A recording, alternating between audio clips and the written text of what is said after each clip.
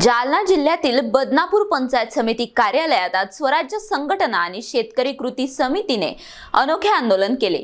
मनरेगा अंतर्गत विहिरी आणि वृक्ष लागवड योजनेतील कथित गैरव्यवहाराच्या निषेधार्थ कार्यालयाच्या प्रवेशद्वाराला 50 रुपयांच्या नोटांचे तोरण बांधण्यात आले। आंदोलनकर्त्यांनी 2023-24 मधील मनरेगा योजनांमध्ये मोठा गैरव्यवहार झाल्याचा आरोप केला। 650 शेतकऱ्यांच्या विहिरी कोणतेही कारण न देता पोर्टलवरून हटवण्यात आल्याचा तसेच मंजुरीसाठी पैशांची मागणी झाल्याचाही आरोप करण्यात आला। या प्रकरणाची सखोल चौकशी करून दोषींवर कठोर कारवाई करावी आणि लेखी आश्वासन मिळाल्याशिवाय आंदोलन मागे घेणार नसल्याचा इशारा देण्यात आला। स्वरूप असं आमचं, आम्ही गेल्या 8 दिवसापूर्वी आम्ही जालन्याचे जे सीओ यांना आम्ही निवेदन दिलेलं आहे की बदनापूर तालुक्यातील 658 सिंचन विहिरी आणि 350 वृक्ष लागवड या शेतकऱ्यांना न्याय देण्यासाठी आम्ही एक निवेदन दिलेलं आहे। त्याची पूर्तता आम्हाला जिल्हा परिषदेचं कोणत्याही प्रकारचं आम्हाला नोटीस नाही आली, प्रत नाही आली की बाबा आम्ही याच्यावर कारवाई करतो, काय हे करतो। त्यासाठी आम्ही आज इथे ठे आंदोलन केलेलं आहे आणि याच्या पुढची दिशा आणि जे शेतकऱ्यांच्या एकजूट आहे, हे थोड्या प्रमाणात शेतकरी आहे।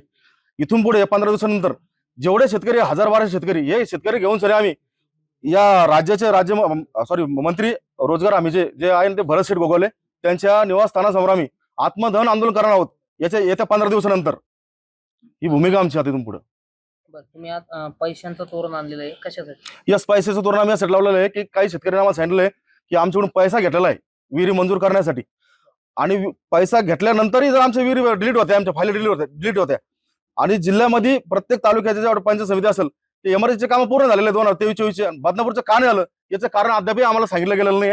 यासाठी आम्ही पैसे तोरण लावलेलं आहे किंवा शेतकरी म्हणले की पैसे दिलेले आहे, मला आणखी पैसे देऊ आपण संघटनेच्या वतीने कृती समितीच्या वतीने। आम्ही प्रशासनाला तुम्ही काही जाब विचारला का या संदर्भात? जाब विचारला म्हणजे आम्ही निवेदन दिलेलं आहे झेडपीला, त्याचं आम्हाला कोणत्याच प्रकारचं उत्तर नाही आलंय आणि आमचा इशारा असा राहील की येत्या 15 दिवसानंतर आम्ही शेतकऱ्याला घेऊन आम्ही रोजगार हमीचे जे मंत्री भरत शेठ गोगावले यांच्या निवासस्थानासमोर आम्ही आत्मदहन आंदोलन करणार आहोत।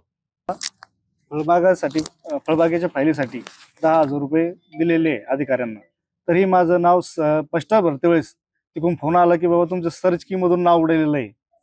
तर त्यासाठीच आम्ही इथं चौकशी आल्यानंतर आम्ही बघितलं की माझ्यासोबत 1000 जण शेतकरी त्यांच्या फायली रिजेक्ट झालेले आहे।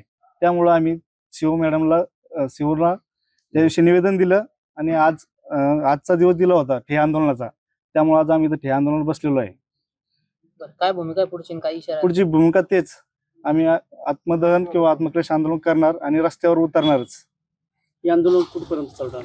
हे आंदोलन जोपर्यंत सगळ्यांचे जेवढे शेतकरी आहे सगळ्यांना न्याय मिळेपर्यंत आंदोलन चालूच राहणार। Kishor Sirsat, NTV news Marathi, Jalna.